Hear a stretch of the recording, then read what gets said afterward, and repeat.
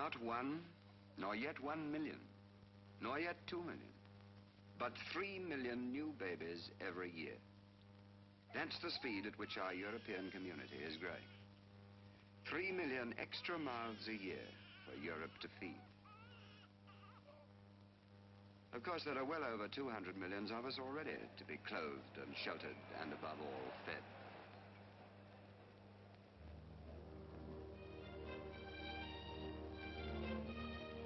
How are we going to get the increasing quantities of food we need to feed our still growing numbers? To judge from the marketplaces, stacked with the harvest of our European soil, there would seem to be no problem.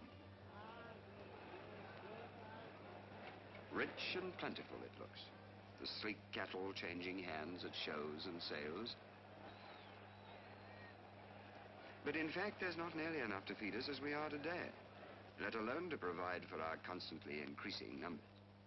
For many years now, our drive and energy have gone into the towns, into industry and manufacture. For nearly a century, we've preferred to buy our food from other continents with the goods we've made at home. But nowadays, food grown anywhere is costly, and we simply cannot make enough goods to purchase all we need. The truth is that we Europeans must turn our eyes once more to the land we have tended to forget.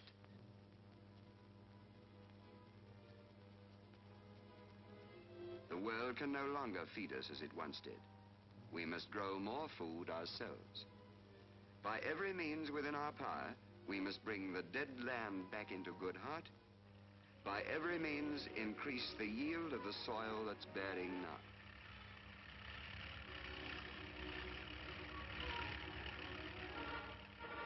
By every means, increase the yield. Today, they're doing it in Holland with their great schemes of reclamation in the Zuider Zee. They're creating new land. First, building up protective dikes around the area to be drained, then pumping out the water.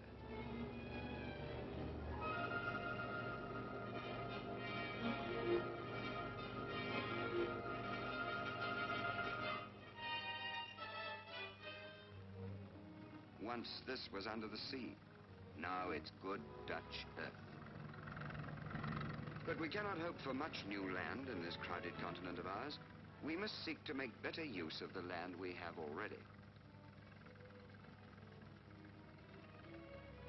In the fields and farms of Europe, stretching from the fjords of Norway to the Gulf of Athens, there are men whose progressive attitude toward the soil is unexcelled, whose methods are unequaled anywhere for productive skill.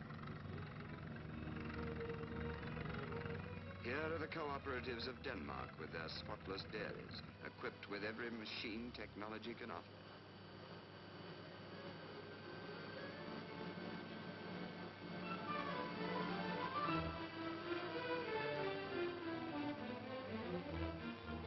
Here is Britain with more tractors to the acre than any country in the world.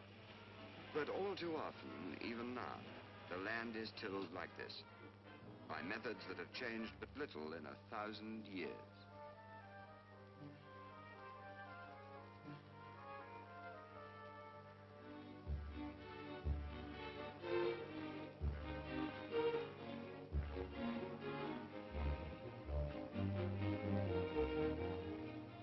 On every side, the research stations speak of scientific help available to the farmer. On every hand, there is expert knowledge and advice to be had in many countries for the asking. But still, across so much of Europe, scientist and farmer do not know each other yet. Certainly, the barriers of climate and geography hold up the spread of knowledge. But perhaps a deeper reason lies in the very closeness of the European farmer to his land. When you've worked the soil for generations on your own, you reckon you know a thing or two yourself. Change is a matter of time. But time in Europe now is vital. 6 new mouths to feed every single minute.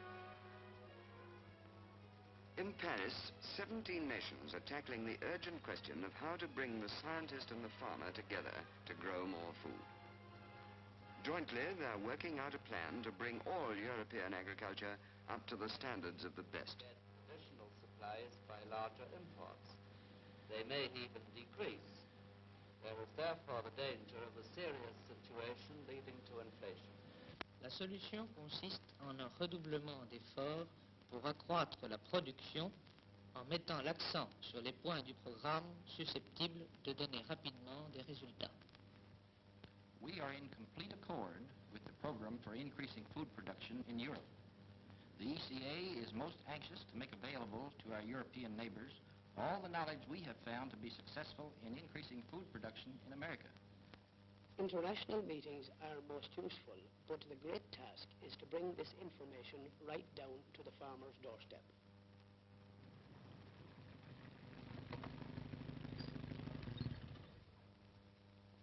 That is the first point of the plan, to meet the farmer on his own ground, to bring him more intimate and friendly help, to interpret for him the findings of science in the daily terms of yard and field.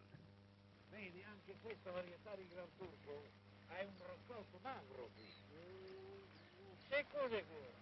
Sì, secco, ma colpa anche tua perché potevi seminare un'altra varietà. L'herbe, vous êtes cultivé comme le blé. Il faudrait diviser votre ravage en petites parcelles. Répandre régulièrement vos engrais. In getting more production, it's often speed that counts. That's the next point of the plan. Make machines do the work. Tractors cost money, but many governments are making it easier for farmers to buy them by means of subsidies and credits. This French farmer has worked with horses all his life. The change comes hard at first, but he's made up his mind to take the plunge.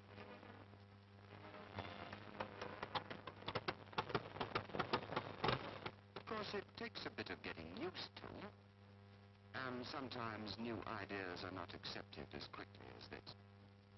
Là le radici più profonde nel terreno, la succhia di più dentro gli strati del terreno.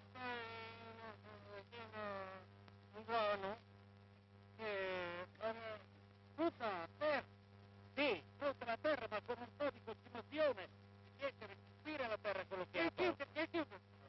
E lo paga la maggiore produzione di questo grano. Well, perhaps the gentleman's right. So in the end, this Italian farmer agrees to plant a new kind of maize.